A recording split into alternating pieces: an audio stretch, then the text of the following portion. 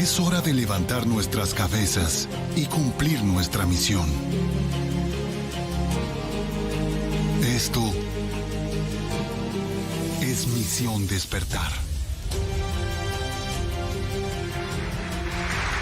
Bueno amigos, ya estamos de vuelta en Misión Despertar a través de la www.jltradio.com. El tema de hoy, muy interesante, cuerpos incorruptos, santos o fraudes de la iglesia. Bueno, en esta primera parte ya nuestro querido Guillermo estuvo instruyéndonos en todo este conocimiento de este fenómeno titulado el día de hoy, cuerpos incorruptos. Y estábamos hablando sobre la diferencia entre un cuerpo incorrupto, una reliquia, una momia y toda esta serie de circunstancias, vamos a decirlo así, de circunstancias que envuelve este gran misterio sobre estos cuerpos que una vez que han pasado por el proceso de la muerte, todavía se preservan, muchos de ellos se preservan en estados prácticamente intactos para el momento en que fueron enterrados. La lista es bastante larga, la lista de estos casos, y como en la primera parte nos estaba instruyendo Guillermo, no solamente es dentro de la iglesia católica, también en otras partes del mundo se da el caso de los cuerpos incorruptos.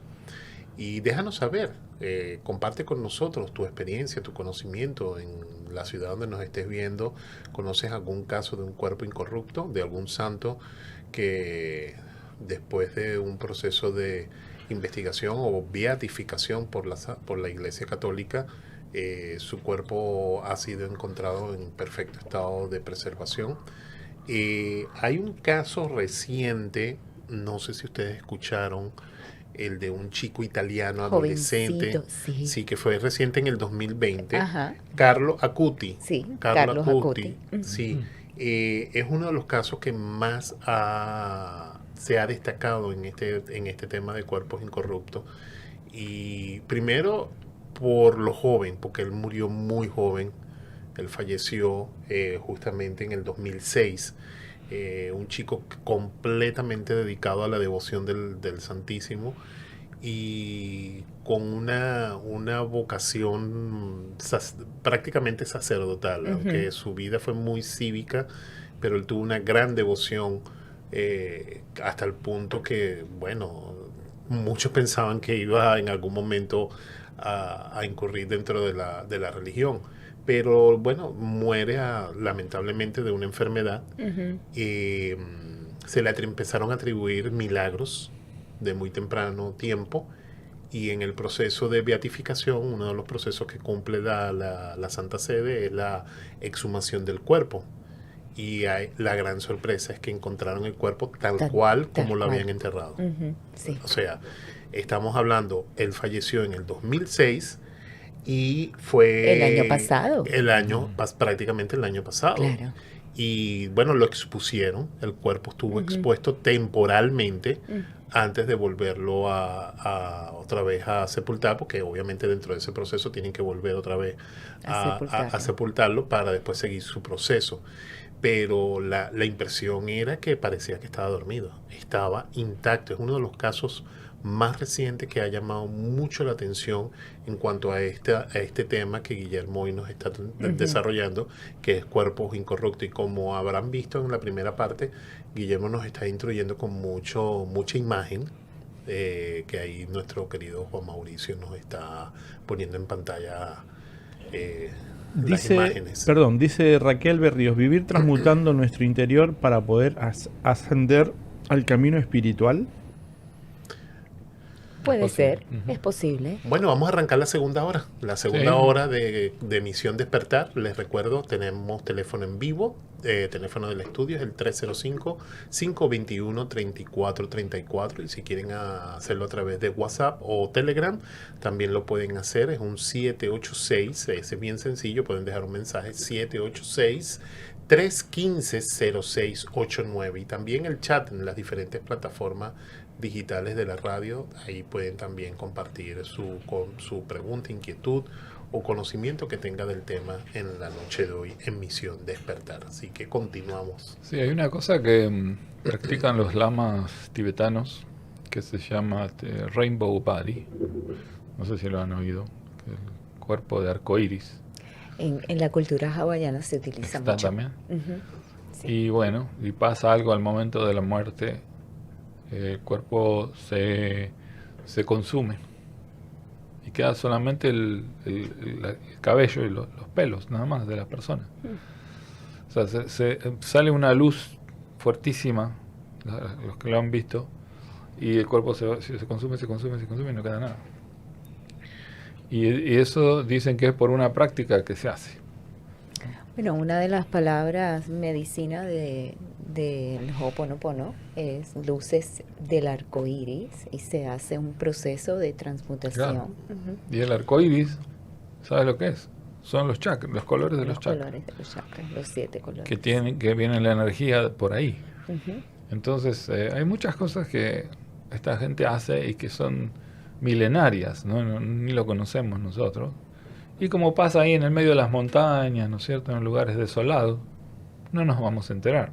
Claro, y la iglesia tampoco quiere que nos enteremos Nadie de lo va la a parte decir. metafísica. No, así mismo es. Después hay otra cosa, por ejemplo, lo que hace que se descompongan la carne, lo que hace que se formen gusanos. ¿Ustedes no vieron que un pedazo de carne las deja y se forma un gusano, verdad? Okay. No, a mí me fascina, no que me gusten los gusanos, pero me fascina que espontáneamente aparezca una vida de la nada. Sí, totalmente, ¿verdad? ¿De ¿Cómo? dónde Y de una sale? descomposición Ajá, hay ¿cómo? una transformación de la energía. Exacto. Entonces, eso lo producen lo que se llaman las cándidas que Ujú. tenemos en el cuerpo. Son hongos que tenemos. Si hay un desbalance de las cándidas, ¿no? Y si hay mucho azúcar también. Sí, a las personas se le producen enfermedades por las cándidas. Ujú. Pero digamos, si uno logra eliminar las cándidas, el cuerpo no se Des- descompondría. No se descompondría. O sea que ahí hay una clave, ¿no? A bajar los niveles de azúcar, señores. Bajen los Claro. consumos de azúcar. Bueno, y aquí y yo tengo un dato aquí que dice principalmente en el intestino grueso cuando se muere y tienes falta de oxígeno, cesa la putrefacción intestinal, el mal olor si no hay oxígeno no Claro, entra. hay, claro. Ahora, ¿de dónde salen las No, flores? pero olor a rosa es otro tema. Exactamente. Esa es la parte que Me a mí dejaste pensando. Sí, sí. Porque te digo, vuelvo y repito, espero que nos estén viendo de Venezuela. Si nos están viendo, por favor, dejen saber. Programa Misión Despertar, jueves a las 9 de la noche. En Venezuela el caso más famoso fue el caso de la Beata, la Madre María de San José. Y fue un caso que fue testigo todo el mundo. O sea, primero el cuerpo preservado intacto. ¿Después de pero el- cuánto tiempo? El caso de la Madre María de San José, ella murió a principios del siglo XX y su cuerpo fue exhumado, sí fue en la segunda década del siglo XX y su cuerpo fue exhumado en la década del 90. Y había agentes de prensa, estaban todo el mundo presente porque era un proceso de la Santa Sede para llevarla a proceso de beatificación. Y para sorpresa de todos, y no solamente de los miembros de la iglesia, sino los que estaban presentes, los miembros de la prensa, encontraron el cuerpo como que si estuviera Intacto. durmiendo, pero lo que llamó la atención, muchos dan testimonio del olor a flores, que Esa no, el parte cuerpo para no mí. olía a como huele un cadáver Ujú. podrido, vamos a llamarlo así, o sea, no hay descomposición. Bueno, y como tú bien dices, que en el caso de Argentina, del padre Sí. ese, se había descompuesto hasta la madera, Sí. más él, ¿no? Todo menos el cuerpo. Sí. Ujú.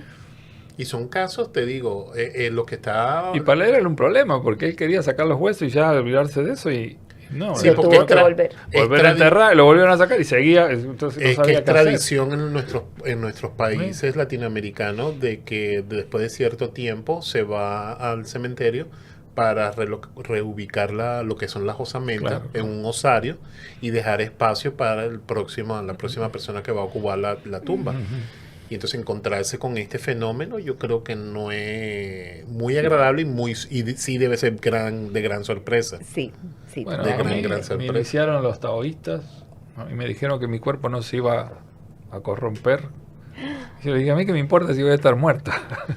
Pero aparte yo voy a ser quemado, así que cremado, no me interesa que Esa había una pregunta. ¿Y que qué me pasa expongan ahí en Flagler y la 107? En la calle 8. La calle 8, al lado de La Cuba 8 está carreta. Guillermo. Sí, no. ¿Qué pasa con la gente que lo queman? Si estás, o sea, si estarías... A ver, la pregunta... Nunca lo vas a saber, Claro, ¿no es cierto? Nunca lo vas a saber, sobre todo si lo haces muy rápido. ¿Sí?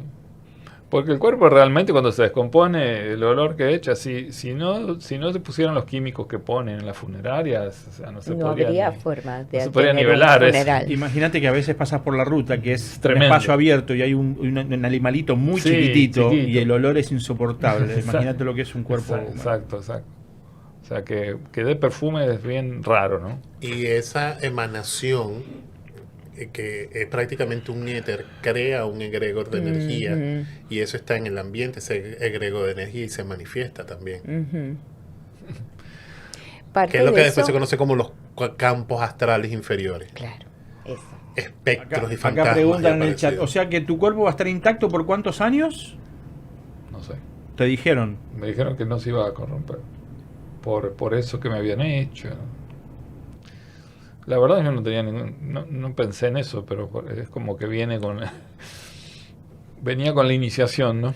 Pero fíjate qué curioso, porque esto es un caso de los cuerpos incorruptos que se da siglos después de todo lo que fue el proceso de momificación Sí, del antiguo Egipto. Lo inesperado es para mí lo auténtico, ¿no? Cuando van y se sorprenden de que el cuerpo está bien. Pero, Claro. pero fíjate, si observamos en Pero- la antigüedad, sí, era sí. la momificación en el Claro. antiguo Egipto. Exacto. O sea, era la preservación del Sí. cuerpo y llevaba Era lo todo que se quería. y lo que se quería. Entonces estamos hablando ya siglos después del antiguo Egipto que sucede este tipo de fenómeno y de una manera natural sin pasar por el proceso de una momificación Sería o por- preservación, que es lo que Sí, tú estabas preservación. describiendo en la primera parte, cuando le ponen productos, alguna sustancia química para preservar el cuerpo. El caso de Juan 23 está preservado. Sí, está preservado y se pensaba que no. No está preservado, sí está Claro. preservado. El de Pío IX no. El de Pío IX lo estuve investigando cuando estábamos preparando el programa y Pío IX, que fue en el siglo XIX, no fue preservado, fue completamente natural. Cuando lo exhumaron encontraron el cadáver que estaba todavía en estado entero. Que el proceso de Incorrupto. exhumación es como 4 horas o 5 Sí, eso horas, toma un tiempo. rezos, o sea, ellos se preparan para poder hacer esto también. Sí, pero el proceso es, como nos está describiendo Guillermo, que sea natural, que no haya ninguna intervención. Y yo me imagino también que con todo esto que te explican que, bueno, el cuerpo se regresa a ser polvo y de momento tú abres y no hay. Claro, no hay polvo. Y está la persona completita ahí. Sí. Tiene que ser como tú dices, El una cuerpo gran es eso, sorpresa. es agua con polvo, ¿no? Exacto. Como barro. Pero me llamó Hasta los huesos se hacen polvo. Sí. Sí, Ajá. pero Guillermo, cuando estábamos preparando el tema, un caso reciente, porque es el santo patrono de la ciudad de Madrid, y hay una tradición de que exhiben el cadáver del santo patrono, que es San Isidro. Y ahora fue el mes pasado, y entonces hacen toda esta gran parafernalia, con todo respeto para los católicos, y cuando exhiben el cadáver, no es, para mí eso no es un cuerpo incorrupto, es un cuerpo que está prácticamente reducido a momia, porque Claro. Momificado. está prácticamente Lo momificado. disecan. Disecado, esa es la palabra correcta. Entonces, por eso me llama la atención en qué momento se puede definir realmente como un cuerpo incorrupto y no un cuerpo momificado de una manera natural. Como el que vimos de disecado. Lourdes. Vimos el de Lourdes que Lourdes. está ahí. El del mismo Padre Pío. Perfecto. El de Padre Pío, que Ah. también está, sí, supuestamente, porque incluso lo han dicho, que la cabeza tuvo un poco de líquido. Hubo un líquido que totalmente perdió la cabeza y le han hecho una máscara de la cara de él, pero el cuerpo en sí no tiene nada y está completamente... El tema también que cuando te ponen algún líquido para conservar, para que no te ataquen la bacteria, también afecta al tejido, Ujú. ¿no es cierto? Bueno, y ya una vez te ponen la inyección para evitar la bacteria. Por eso te afecta el tejido también. Claro. Entonces, eso hace que se vaya disecando. Por ejemplo, el formol, que es lo que más usan. Ujú. Pero, por ejemplo, se está sumergido en formol la parte, ¿no? Pero tú ves, las reliquias no están sumergidas en formol. Están ahí expuestas. Ahí traje una foto. Vamos a la 12, querido Juan Mauricio, que es Santa Teresa de Ávila, que este caso sí fue exhumada 11 veces. Ahí está el pedazo de la pobre. Esta es una de las reliquias. A mí me parece un... Ok, bueno. Pierna de Santa Teresa de Ávila. Sí, imagínate. Entonces se repartían los pedazos de la pobre santa. Fue exhumada 11 veces entre 1515 y 1952 para determinar su estado de conservación. Cada vez se dijo que el tiempo no se apoderaba de su cuerpo. Muchos testificaron que el perfume que había notado las personas varias veces durante su vida, que era un penetrante olor de lirios, jazmines y violetas. Era una mezcla de esas tres flores. Qué belleza. Y que se hizo notorio también cuando se murió, incluso después de su muerte, porque las monjas tuvieron que dejar la puerta abierta y las ventanas abiertas toda la noche porque decía que el perfume era tan intenso. Y recordamos que los perfumes del Padre Pío también él exhaló perfumes de la misma manera que Santa Teresa de Ávila, de Ahumada.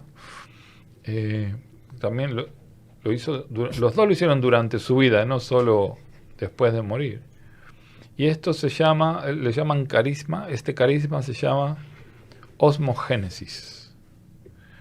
Cuando el cuerpo de la santa fue transportado para ser enterrado, la multitud notó el maravilloso olor que emanaba. El cuerpo fue depositado sin ser embalsamado en un ataúd de madera y fue bajado a una tumba muy profunda. El ataúd estaba cubierto de piedra, una piedra con cal, con tierra húmeda y una piedra sepulcral. 9 meses después del funeral, el perfume de Teresa aún se emanaba de la tierra. Para mí eso es milagroso. Esa parte ahí yo creo que es lo más que me impresiona a mí. Sí. Ujú. El 1 de enero de 1586, las monjas abrieron el santuario y descubrieron un cuerpo entero, intacto, aún perfumado. Los huesos estaban unidos, al igual que los nervios. La carne se mantenía flexible, parecía que Teresa estaba dormida. El cuerpo fue trasladado a un suntuoso santuario donado por la duquesa de Alba, como dije antes. Esta duquesa siempre andaba donando. Las monjas de Alba guardaban el brazo como reliquia. Pero ¿en qué momento se les ocurrió desmembrar el cuerpo de la pobre Santa Teresa de Ávila? Todos la querían tener, entonces Pero no dijeron, bueno, un entiendo poquito que cada uno. Yo lo que no entiendo es Increíble. que ellos tienen este cuerpo que ha sido preservado y deciden descuartizarlo. Sí, prácticamente, sí. Sí. Digo, Por cierto, el término osmogénesis es la definición que se le da a un fenómeno, oigan esto, es un fenómeno paranormal donde se dan manifestaciones de olores Perfumes. perfumados sin explicación alguna. Dice que este fenómeno puede ir desde aromas de flores bien perfumados, inclusive hasta aromas de hierbas y tabacos. Osmogénesis. Sí, porque Eileen está sintiendo olor a tabaco, aquí nadie fuma. sí, De cigarrillo, ya hace rato que Sí. lo viene diciendo. sí. Pero bueno, mira lo que quedó de la pobre. A pesar de las numerosas exhumaciones e investigaciones, no fue posible explicar la incorruptibilidad del cuerpo de Teresa. El próximo, que es Charbel Macluf, que yo lo comenté un poquito al principio, que nació el 8 de mayo de 1828 en Beca, Cafra, que es Monte Líbano, el Imperio Otomano. No se expone su cuerpo, por eso traje, pero ese era el santo, es un santo en la actualidad. Murió en 1898 en el monasterio de San Marón, Monte Líbano del Imperio Otomano. Fue beatificado el 5 de diciembre de 1965 en la Basílica de San Pedro, Ciudad del Vaticano, por el Papa Pablo VI. Este es otro caso que investigó el doctor Uwe Larcher, que dije que era uno de los que andaba investigando eso, que hizo un libro y todo. Mark Luff fue un monje que vivía como un ermitaño en un monasterio ahí en el Líbano. Cuando murió en 1898, su cuerpo fue enterrado en una tumba que tocaba la iglesia. Fue cubierto con una piedra de mármol, pero sin ataúd, sin nada, como decía, mismo en la tierra. La tumba estaba bajo nivel del suelo. Durante las fuertes lluvias se mojaban. La noche después del entierro había fenómenos de luz visibles saliendo de su tumba. Se veían a más de 100 metros de distancia. ¿Okay? Durante 45 noches pasó esto. La tumba fue abierta un año después, el 15 de abril de 1899. El cuerpo del sacerdote fue encontrado flotando en el barro. Se lavó, se eliminó el moho, se descubrió con asombro que estaba intacto. Las extremidades estaban flexibles, la piel había conservado su frescura, las marcas de una cadena de hierro que él tenía en la cintura todavía estaba visible cuando te aprieta la cadena. Le quitaron el moho de la cara y empezó a fluir sangre. Las ropas del santo fueron cambiadas, su cuerpo transportado dentro de un ataúd de vidrio y colocado en un oratorio. Pero el cuerpo siguió sangrando. Ya en el año 1900, para secar el cuerpo, lo expusieron en una terraza, en la terraza de una iglesia, por 6 meses. Lo dejaron a la intemperie. ¿Sí? Pero fue inútil, porque siguió sangrando durante 27 años. Durante todos esos años, el líquido... ¿Pero por dónde sangraba? Por la cara. Qué interesante que dijiste 45 días, porque Sí. 45 días, las 45 veces es muy importante en el campo espiritual. Sí, la tumba fue también. 45 noches salió a la luz. Salía a la luz. Entonces, al ver este fenómeno, las autoridades médicas pensaron que la definición de muerte legal, que se basaba en el paro cardíaco y en la respiración, debía ser revisada. Se preguntaron si el organismo podía permanecer vivo en un entorno ambiental y seguir teniendo una actividad psíquica instintiva, pero aún no se ha encontrado respuesta. Este es el que aparece en la tumba, él, y la gente habla con él y todo. Este es en Chapel. Se llama Charbel Makhlouf. Sí, Charbel, Charbel, que es Makhlouf. libanés, es de allá del Líbano. Medio Oriente, del Líbano. Exactamente. Muy, muy, muy venerado hoy en día. Muchas personas lo siguen y dicen que tiene grandes propiedades milagrosas.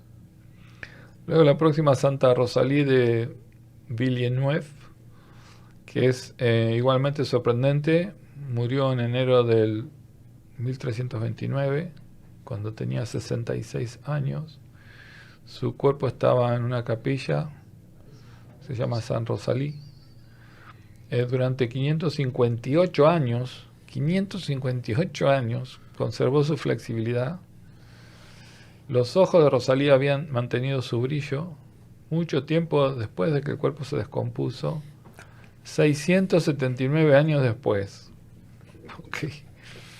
Duró bastante, ¿no? 679 años. La verdad que sí.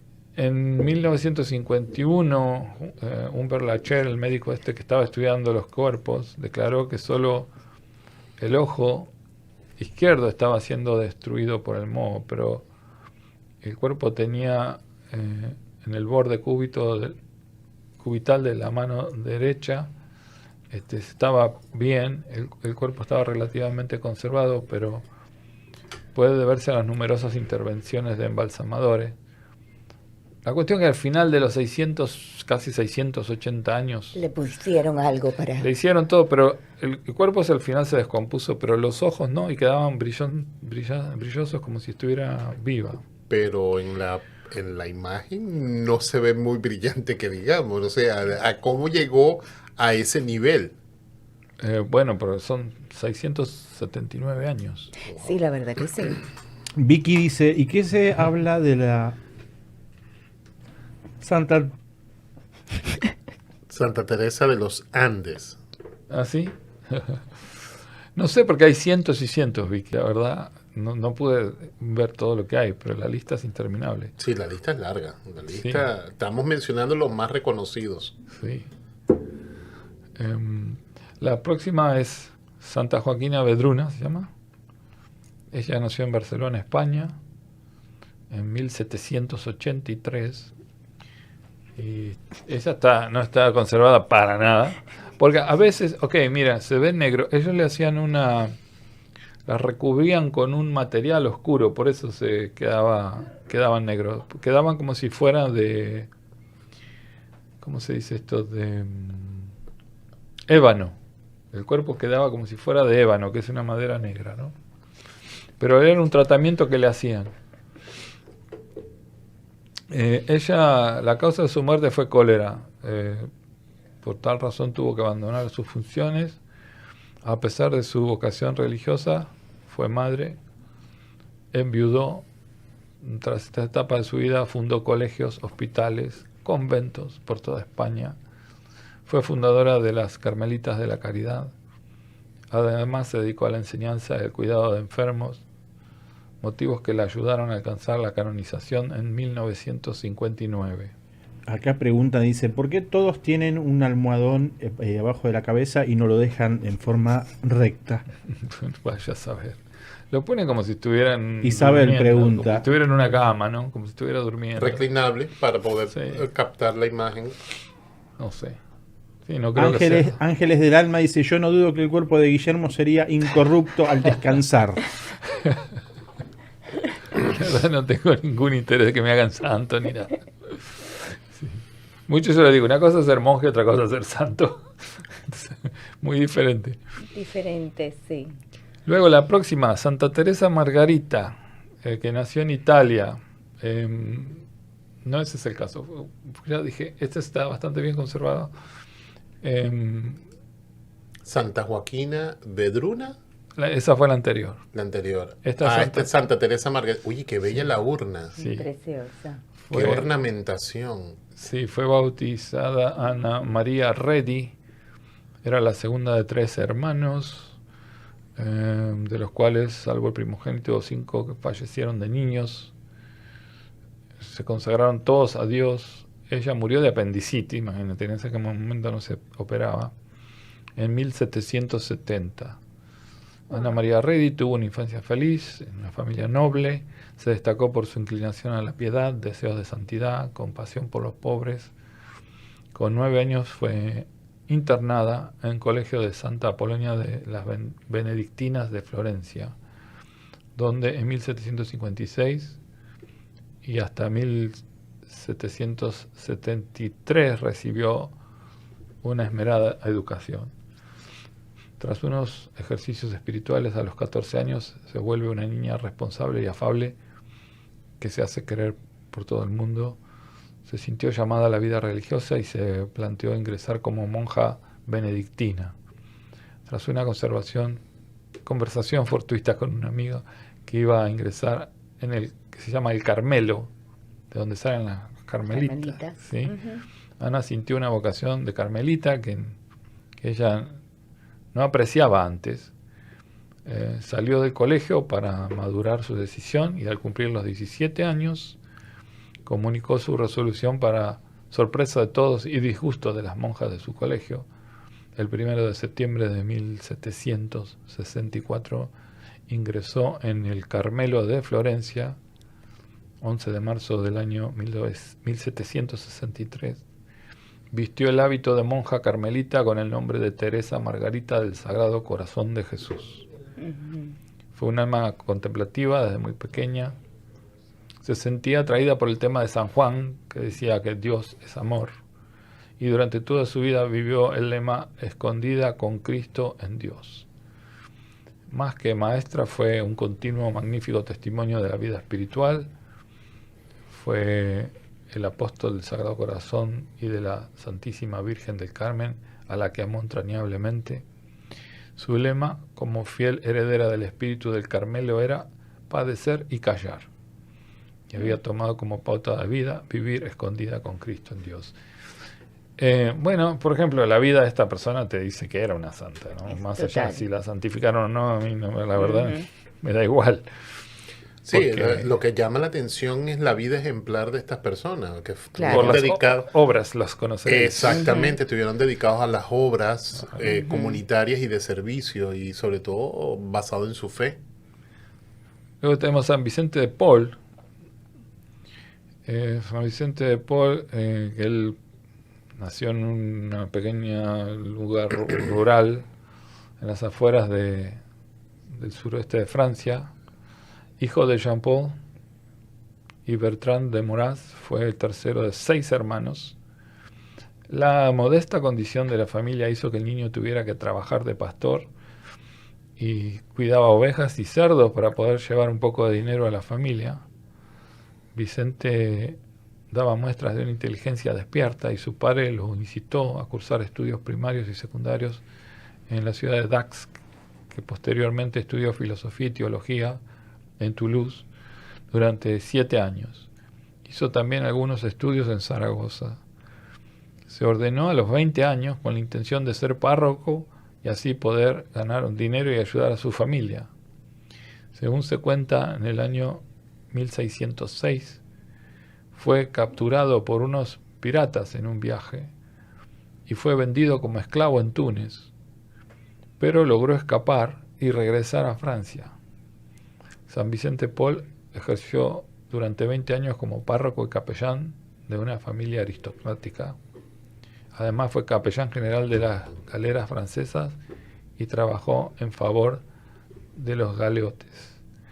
En el año 1617 fundó la primera Confraternidad de la Caridad, constituida por mujeres acaudaladas, dedicadas a ayudar a los enfermos y a los pobres, ahí en Francia, cerca de Lyon. En 1622, San Francisco de Sales le nombró superior de los conventos de la Orden de la Visitación de Santa María. Con la ayuda de la familia, para la que trabajaba como capellán, fundó la Congregación de la Misión, dedicada a predicar entre los campesinos de las propiedades de familia, y en 1626 estableció una de sus comunidades que se llamaba Collège de Mon Enfant de París. Además creó otras organizaciones altruistas como las Hermanas de la Caridad. Se formó en 1633 bajo su propia dirección y con la ayuda de Santa Luisa de Marillac. Falleció en París el 27 de septiembre de 1660 y fue canonizado en 1737, nombrado patrón de las obras de caridad. Eso está bien conservado, por lo que veo. Yo tengo ahí, a ver si tenemos tiempo, bueno, uno más y después voy a ir a Yogananda. San Silvano, que es la 18, fue un mártir cristiano que vivió en el siglo IV. Ese no sé si es un muñeco o qué es. ¿Okay? No se sabe mucho acerca de este santo. Aparentemente fue martirizado en los años 300.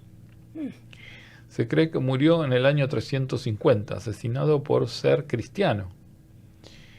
Su cuerpo incorrupto aún se exhibe 17 siglos después de su muerte. Silvano era un joven cuando fue martirizado por mostrar devoción al cristianismo desde una edad temprana y fue enterrado con una cruz bordada en la parte delantera de su vestimenta, lo que indica que pudo haber sido un sacerdote o clérigo y que pudo haber tenido un rango bastante alto en esa época. El cuerpo incorrupto de San Silvano se encuentra en la iglesia de San Blas de Dubrovnik, en Croacia. Varios silvanos han sido canonizados como santos y no está claro quién es el San Silvano que está en la iglesia de San Blas. Había otros San Silvanos. La mayoría de las fuentes afirman que San Silvano fue martirizado, en el siglo IV, tuvo una horrible herida en el cuello que se ve en el cuerpo y que sugiere una de las formas de su martirio. En la ciudad de Dubrovnik, en Croacia, lo que puede indicar que este San Silvano era obispo de Emesa, en Fenicia. quien fuera martirizado. Porque no se sabe bien si él es ese. Otros santos silvanos murieron de diversas formas, por ejemplo, arrojados por un acantilado o por causas naturales, en edades en las que no se pueden ser santos silvanos. Todo el mundo no puede ser santo silvano. Alguna fuente asegura que este es uno de los 70 apóstoles. Se veía jovencito en esa foto. Sí. Ujú. Considerado que su cuerpo tiene más de 1600 años, está muy bien conservado. Sí, ¿no? Increíble. O preservado, porque ya ahí yo diría que es preservado. La no verdad no sé conservado. esa imagen que viene a ser. Voy a pasar a Yogananda. Lo que hay ahí de Yogananda son la carta.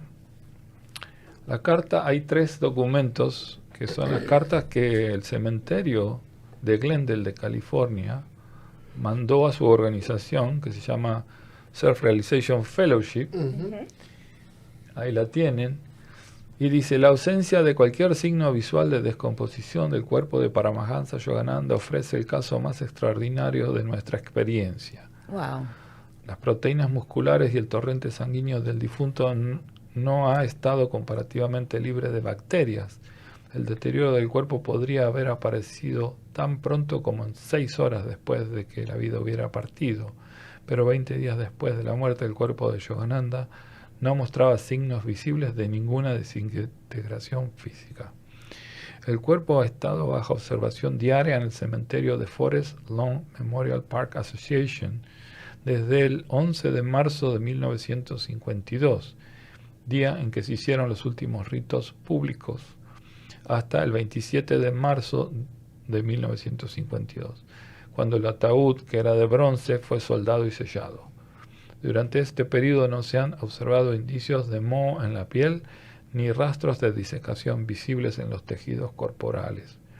Este estado de preservación perfecta de un cuerpo es, hasta donde sabemos, en los anales funerarios de este cementerio, un hecho sin igual. Wow. Funcionarios, Ese es un caso que me estoy enterando ahora. O sea, funcionarios de no Forest sabía. Lawn revisaron el cuerpo de Yogananda 1 hora después de su muerte, el 7 de marzo de 1952. El cuerpo fue luego llevado a casa en Mount Washington, en Los Ángeles, donde muchos amigos se reunieron para contemplarlo. Para protección de salud pública, lo que estamos hablando, si un cadáver va a estar expuesto durante varios días a la vista, es deseable un tratamiento de conservación. El tratamiento del cuerpo de Yogananda tuvo lugar 24 horas después de su fallecimiento, a temperatura ambiente normal. La acción enzimática de los intestinos de los fallecidos provoca distensión en los tejidos de la región abdominal, algo que tú comentaste, Eli. Pero unas 6 horas después de la muerte, tal distensión nunca ocurrió en el caso de Paramahansa Yogananda.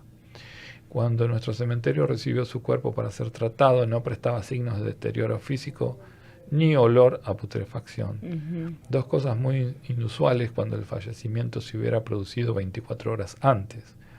El cuerpo de Yogananda fue tratado la noche del 8 de marzo con una cantidad de fluido que se acostumbra a usar en cualquier cuerpo de ese tamaño. No se dio ningún tratamiento inusual. En los casos de cuerpos preparados para ser exhibidos por un periodo de 2 o 3 semanas, es necesario aplicar en la cara y en las manos del difunto una emulsión cremosa para sellar los poros, que temporalmente previene la aparición externa del moho. En el caso de Yogananda no se utilizaron emulsiones, ya que sus tejidos no sufrieron transformación visible. La noche del 8 de marzo, el cuerpo de Yogananda fue trasladado a la sede de Self-Realization Fellowship en el monte Washington, y en los ritos públicos finales, en la tarde del 11 de marzo, fue sellada la tapa del ataúd de bronce con un cristal que permitía verlo. Luego de eso, su cuerpo nunca volvió a ser tocado por manos humanas.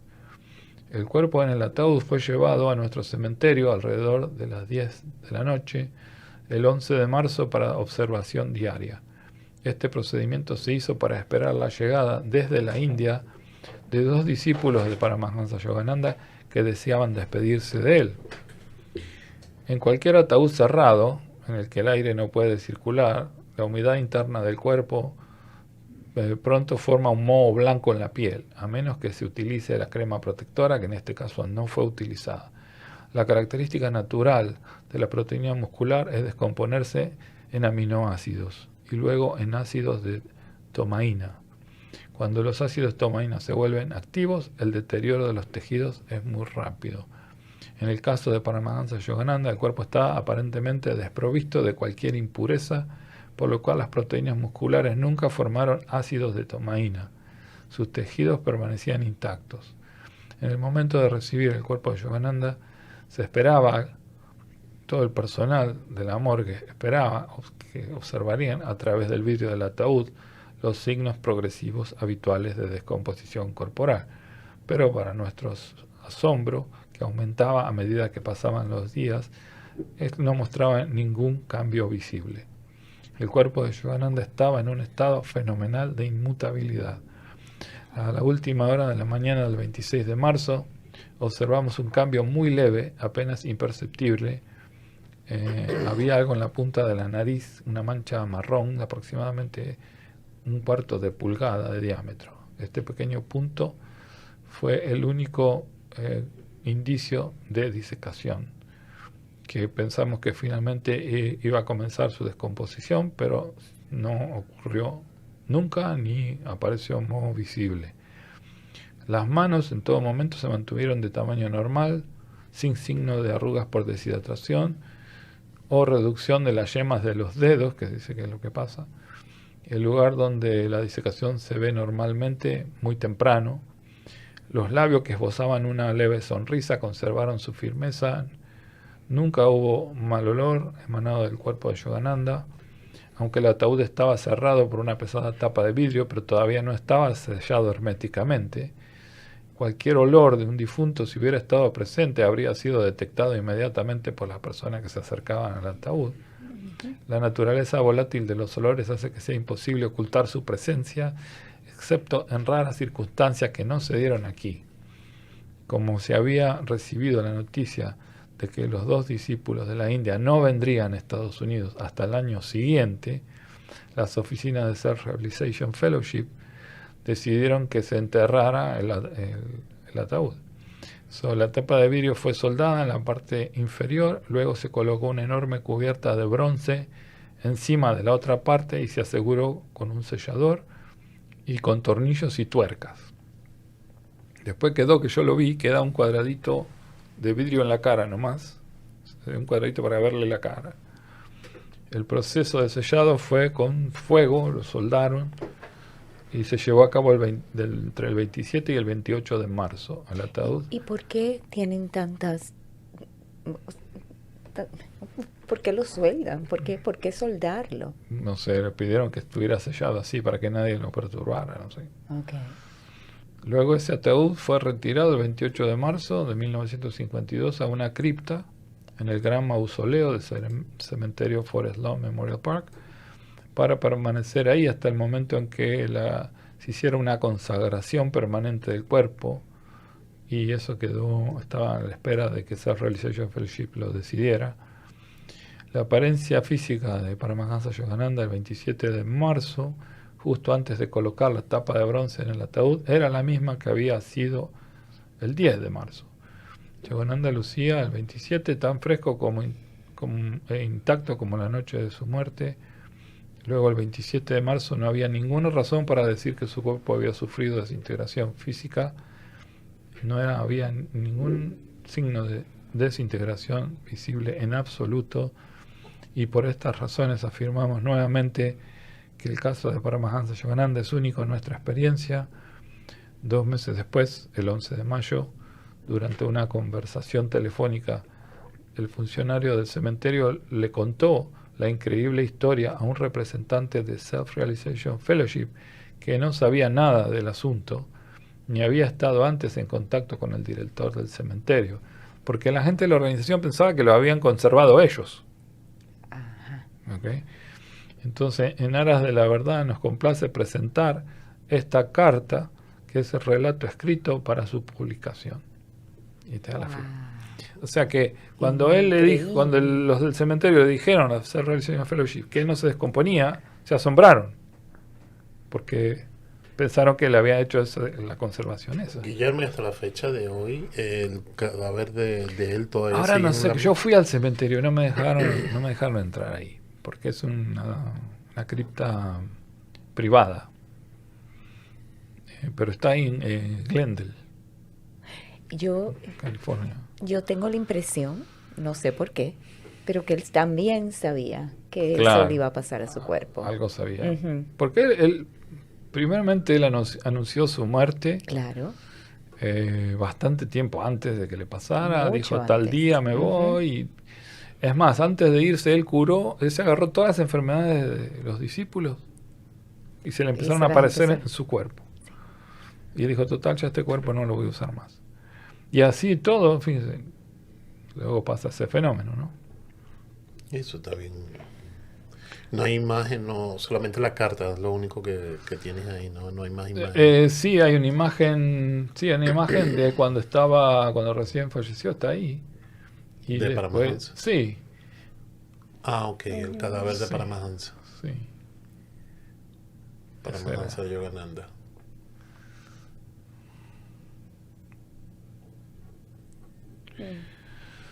Bueno, este creo que era auténtico. Sí, parece que sí. Luego Me da la tenemos impresión. en la 19, que es Santa Zita.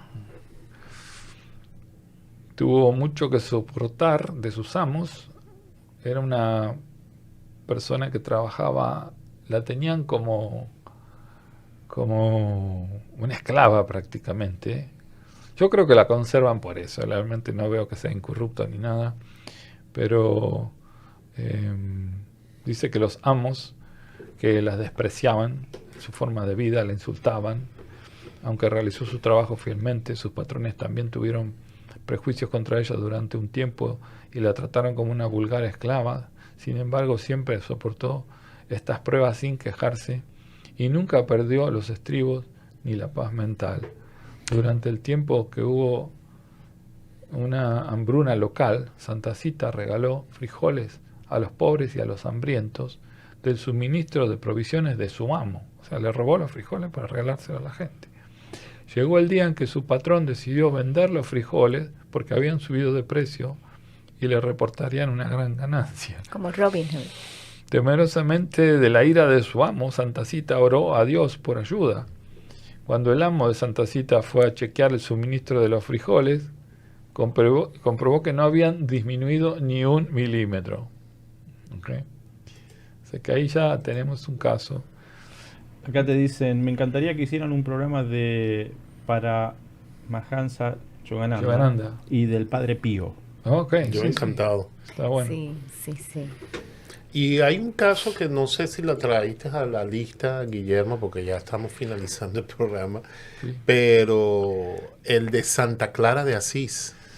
No, bueno, Eh, sí tengo, mira, yo te voy a leer un poco de la lista de los que tengo, no puedo mostrarlo. Pero Sí, la lista es larga, pero uno de los casos que Santa me Rita de Casia, Santa Rita de Casia también está en la lista. otra Santa Cita de Luca, San Narciso de Milán, San Marcelino y Pedro, que se llaman, Santa Werburg de Mercy, Santa Rosa de Viterbo, Santa Rosalí, Beata Angeline de Marciano, Santa Teresa Jesús de Ávila, ya lo dije, Ujú. Catalina de Cristo Balmeceda y San Martín, Beata Virginia Centurión, la venerable Cecil Nobili Clarice, Santa Rosa Filipina Duchesne, Santa Bernadette, Beata María de Jesús de Luil, San Francisco de Salles, Beata Madre María Alvarado de José, bueno, Beato Alfredo Ildefons, o sea, sigue la lista. La lista es larga, no, pero me llamó fuertemente la atención de Santa Clara de Asís, compañera Santa de San Clara de Francisco de Asís, pero ese fue un caso que el cuerpo sí lo Es la encontraron. 26, la foto 26, la que te La estaba hablando. encontraron, incorrecto, pero el cuerpo fue después tratado para preservar el cuerpo. Entonces, si tú ves el cuerpo hoy en día, es lo que dice Guillermo, no pareciera No un parece. muñeco. Ajá. Entonces, no sé cuál es el No punto. llegó. Ok. No llegó el tiraje a la fotografía. Me quedé en la 24. Ah, ok. Dale la vuelta al rollo. No, es que no da, en 2 horas no entra. Sí, pero fue un caso que yo estaba, cuando estábamos preparando el programa, y yo, Santa Clara de Asís. O sea, compañera de toda la misión de San Francisco de Asís, de toda la orden franciscana, y que ese cuerpo, o sea, después de ser supuestamente incorrupto, ahora está tratado, pero es que luce, estaba mirando las imágenes y de verdad que es lo que dice Guillermo, luce como un muñeco, no parece un cuerpo incorrupto. Bueno, Pero Aileen va a ser incorrupta y a lo mejor yo también, pero vamos a ver. Es que no vamos a estar para atestiguarlo. No vamos a pero bueno, quizás alguien sabe si voy a oler a rosas y a jazmines. Ok. bueno, Sería bueno. seguirá siendo un tema. No tenemos respuesta, otro misterio. Eso es Exactamente, otro misterio. Esto es otro tema que podríamos decir que es misterio y enigmático, sigue siendo un tema enigmático y misterioso. Y que no simplemente son los santos que se han dicho aquí, o sea, también son... Hay de muchas otras ramas de la parte interna, ¿no? Del Claro. ser humano, espiritual. Bueno, amigos, ustedes saquen sus propias conclusiones con toda la información. Les deseamos una feliz noche o un feliz día, dependiendo de donde nos estén viendo. Y bueno, hagan también su tarea, y le damos las gracias a Guillermo por traernos Gracias, este tema. Guillermo, gracias. Saludos, Ángeles del Alma, que siempre nos siguen. Sí, Claro y que como decía el Y a su tema, gato Merlín. y como decía el tema Bueno, de Ángeles hoy, del Alma es quien quiere que hagas el programa de Yoga Nalga Ok. y de Padre Pío. Ok. Excelente. Excelente. Y como decía el título del tema de hoy, ¿santos o fraude? Eso se lo dejamos a ustedes. Ustedes saquen conclusiones. Nosotros acá exponemos el tema y le damos gracias a ustedes por la audiencia. Y los invitamos el próximo jueves, recuerden, a las 9 de la noche, tiempo de Miami, a través de la www.jltradio.com, misión especial. Perdón, Misión Despertar. También especial. También. Sí, lo que me refería es que tenemos un programa, el próximo jueves vamos a tener un programa muy especial. Ten pendiente a nuestras redes sociales, jltradio.com en cualquiera de sus plataformas, y Misión Despertar en Instagram. Piden también un programa de santos. Y Ángeles al aire dice, acá está Merlín escuchándote atento. Un saludo ahí. Qué bueno. Y bueno, Aileen, Buenas gracias. noches, a ti, gracias Guillermo, Gracias, a ustedes por dejarnos entrar en sus hogares y en sus casitas, y buenas noches. Buenas noches. Esto fue Misión Despertar.